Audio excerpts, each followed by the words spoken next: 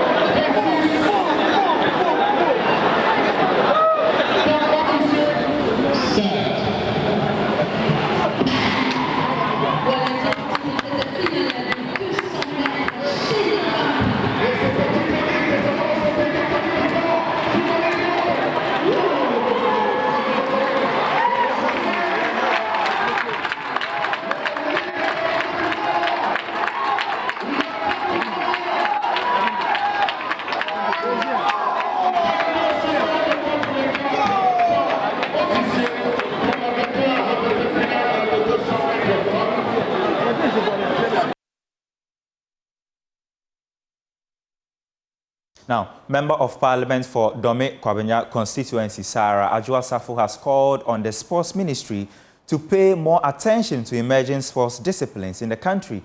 Reacting to a report by the Sports Minister, Mustafa Yusuf, on the floor of Parliament, the MP urged the minister to invest in constructing basketball courts to help develop talent similar to the investment in AstroTurfs for football.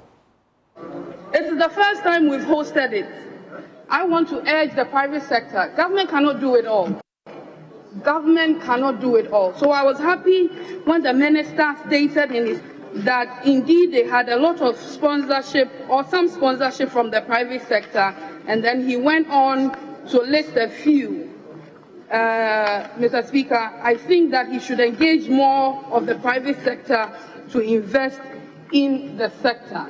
Mr. Speaker, as a country, we seem to be focusing too much on soccer. But there are other sporting activities, Mr. Speaker. You would agree with me that we're focusing emphasizing or over-focusing on sports. I think that there are other sporting activities that need a lot of investment, like table tennis, lawn tennis, running. And nowadays, the young people are more also interested in the American sports. So, I will urge the Minister for Sports that we should move a little bit away from the traditional sporting activities that we are putting money into and look at the other emerging sporting activities. I know Nigeria is doing well when it comes to basketball.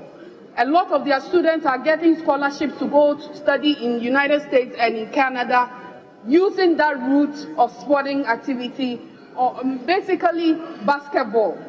I know that a few have been constructed, but I would urge the minister that as we do the AstroTurfs, as we do more of those investments, we should also think about how we are going to improve our basketball courts for the young ones.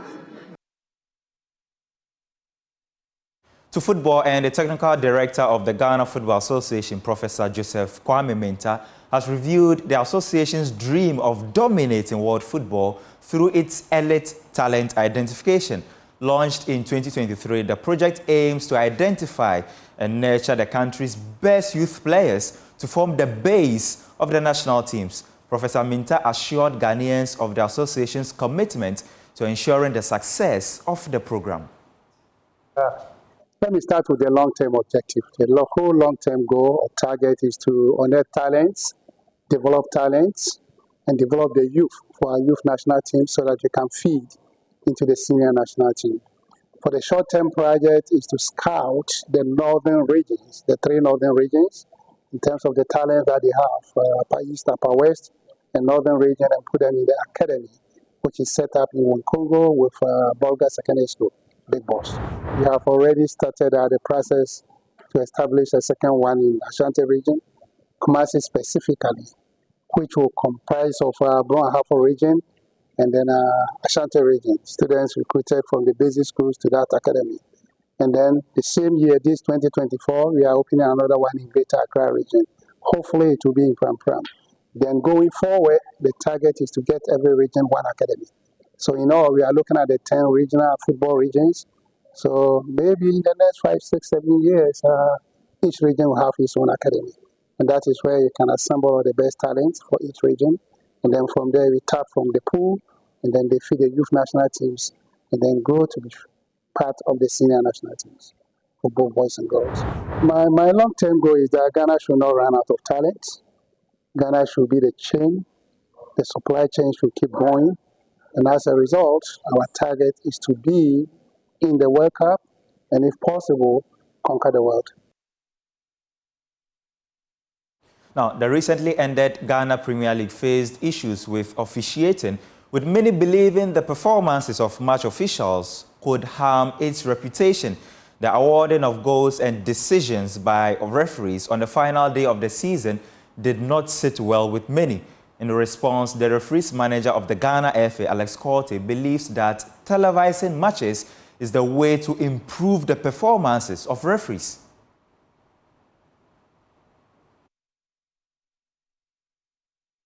Senka ye benya nka ye matches in your life. Any live match. Any live match.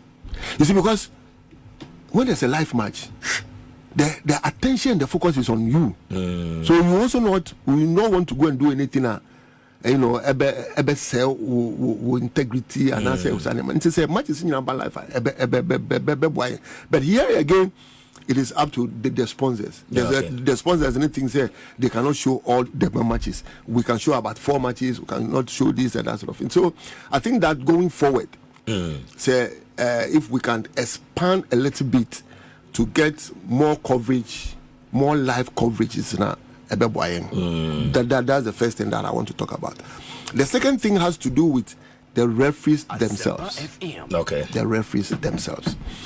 I always tell them, say, leave refereeing with a good name. Leave refereeing with a good name. Who feel referee man? Film senebeya.